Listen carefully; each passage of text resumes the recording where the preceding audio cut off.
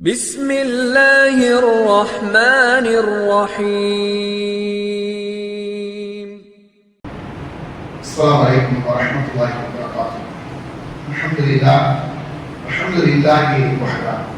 அன்பிற்கினிய சகோதர சகோதரிகளே, அவளோடு நாம் எதிர்பார்த்து காத்திருந்த மகத்துவமிக்க அருள்மிக்க ரமலான் நம்மை நெருங்கி வந்து கொண்டிருக்கிறது.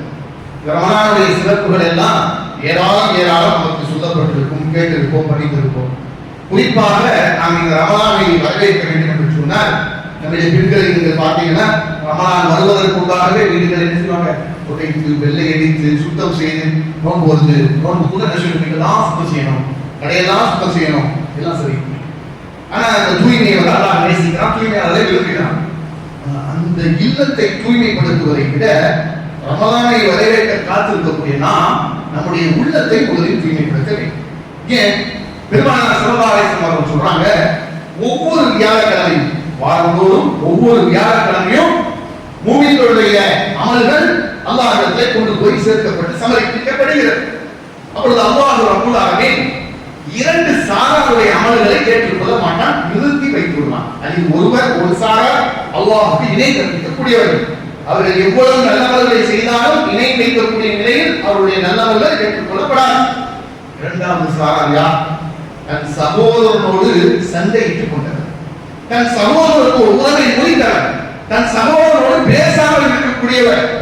இவர் எவ்வளவு அமல்களை செய்தாலும் இவருடைய அமல்கள் அல்லாஹ்விடத்தில் போய் சமர்ப்பிக்கப்படாது.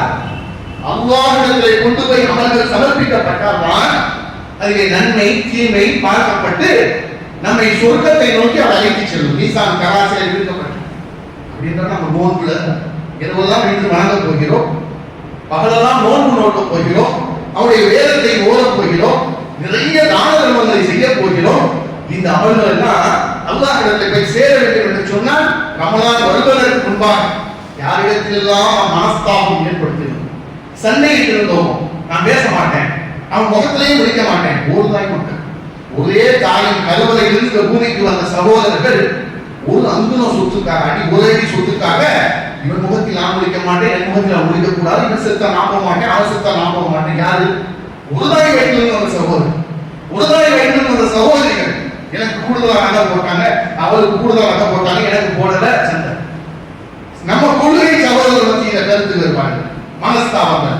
கொள்கையில ஒன்றுதான், ஆனா அவன் எனக்கு பிடிக்காது, அவன் மேல ஒரு கோபம், அவன் மேல ஒரு காழ்ப்புணர்வு, இதெல்லாம் தேக்கி இந்த குப்பைகளை எல்லாம் வைத்துக் கொண்டு அதற்கு மேல் நாம் ரமலானை கட்டி எழுப்ப நினைத்தோம் என்று சொன்னால் நம்மை விட பெரிய முட்டாள் யாரும் கிடையாது.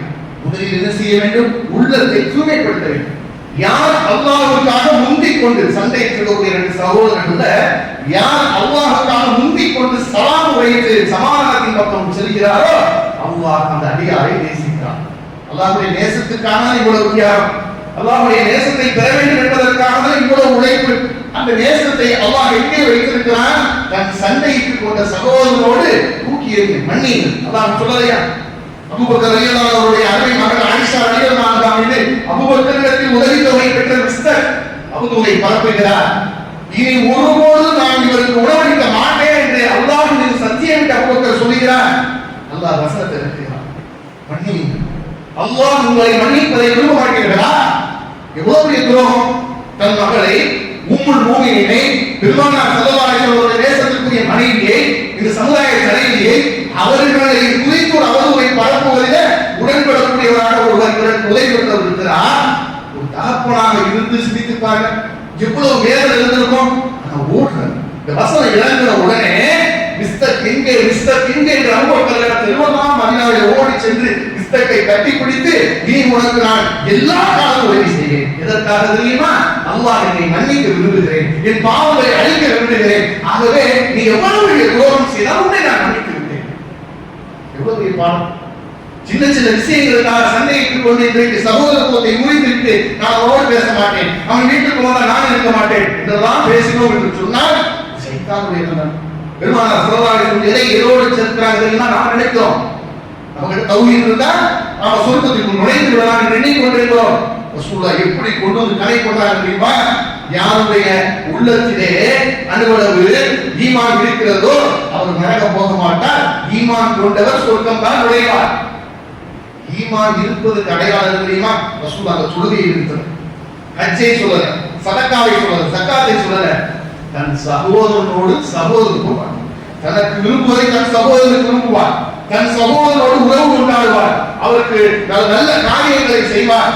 இந்த சகோதரத்துவ உறவு இருப்பவர் ஈமானில் நிறைந்தவராக இருக்கிறார். இந்த சகோதரத்துவத்தை உருவாக்கக்கூடிய விஷயம் என்ன தெரியுமா? உங்கள் மத்தியில் சலாமை பரப்புங்கள். அவன் நம்ம எதிரியாக பாருங்க, சலாம் சொல்வது நம்ம குறைஞ்சு போகிறோம். அப்படி நமக்கு கிரீடம் இறந்தா இறங்கி போகுது. நாளை மறுமையில அல்லாஹ் கூப்பிட்டு மிகச்சிறந்த பட்டங்களை கொடுப்பாங்க. அவன் நேசிக்கிற அடியார்கள் மத்தியில் அவரை உட்கார வைப்பாங்க. அந்த பட்டம் தான் நமக்கு வேணும். அப்படிப்பட்ட ஒரு சிந்தனை உடையவர்களாக நம்மை மாற்றி ரமலானை வரவேற்போம். எல்லா ஏக இறைவன் முழு பயன்களையும் அடையக்கூடிய பாக்கியசாலியாக நம்மை ஆக்கி வைப்பானாக. வாக்குவதாவ நபி அல்ஹம்துலில்லாஹி ரப்பில் ஆலமீன். அஸ்ஸலாமு அலைக்கும் வரஹ்மத்துல்லாஹி வபரகாத்துஹு.